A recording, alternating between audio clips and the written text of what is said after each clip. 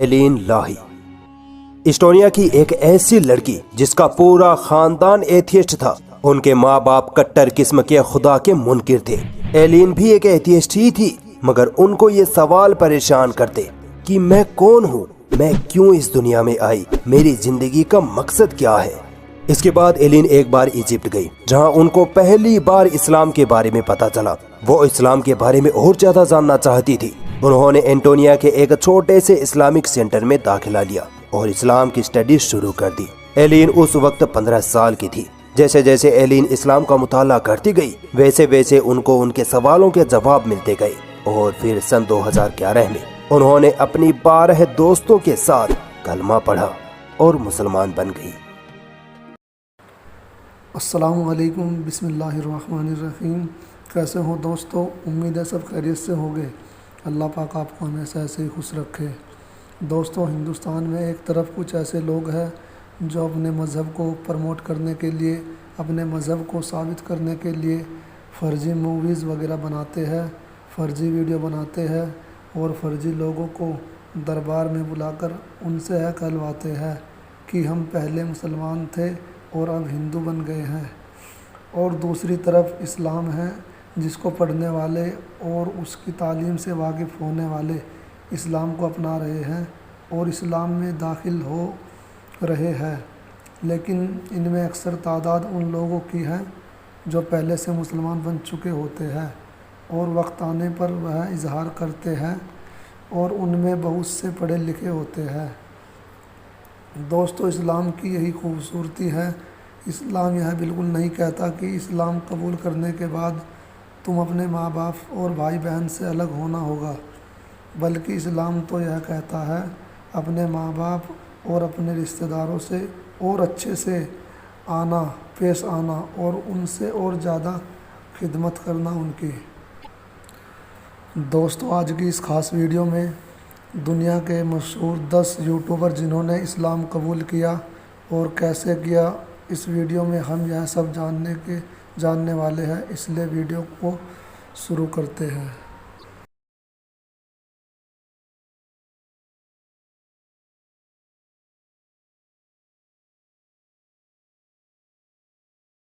بسم اللہ الرحمن الرحیم۔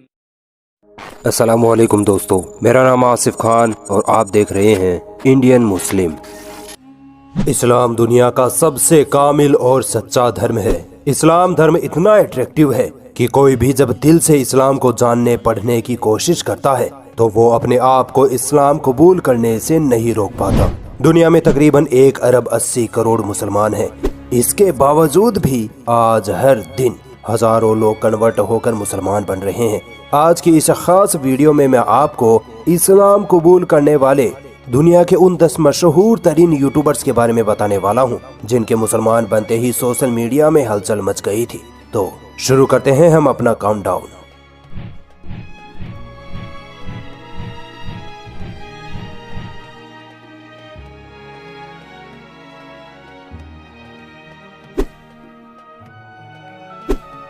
ہندو پریوار سے تعلق رکھنے والی لڑکی جس نے اپنا بچپن کویت میں بتایا اور جوان ہوتے ہی واپس انڈیا آ گئی۔ میں بات کر رہا ہوں ریئیکشن کوڑی کی، جو پہلے تو میوزک اور فنی ویڈیوز پر ریئیکشن دیتی تھی، مگر بعد میں اسلامک ویڈیوز پر ریئیکشن دینا شروع کر دیا تھا۔ ریئیکشن کوڑی کے اسلام میں کنورٹ ہونے کا سب سے اہم موڑ تب آیا جب انہوں نے سورہ رحمان پر ریئیکشن دیا تھا۔ ریئیکشن کوڑی کے مطابق سورہ رحمان کو سن کر ان کو ایسا سکون ملا جو زندگی میں ان کو پہلے کبھی نہیں ملا تھا۔ دھیرے دھیرے ریئیکشن کوڑی اور زیادہ اسلامک ویڈیوز پر ریئیکشن دینے لگی، اور پھر ایک وقت ایسا آیا جب انہوں نے اللہ کے حکم سے اسلام قبول کر لیا۔ ان کے اسلام اپنانے کے بعد مولانا طارق جمیل صاحب نے بھی ان سے ویڈیو کال پر بات کی تھی۔ ایلین لاہی اسٹونیا کی ایک ایسی لڑکی جس کا پورا خاندان ایتھیسٹ تھا۔ ان کے ماں باپ کٹر قسم کے خدا کے منکر تھے۔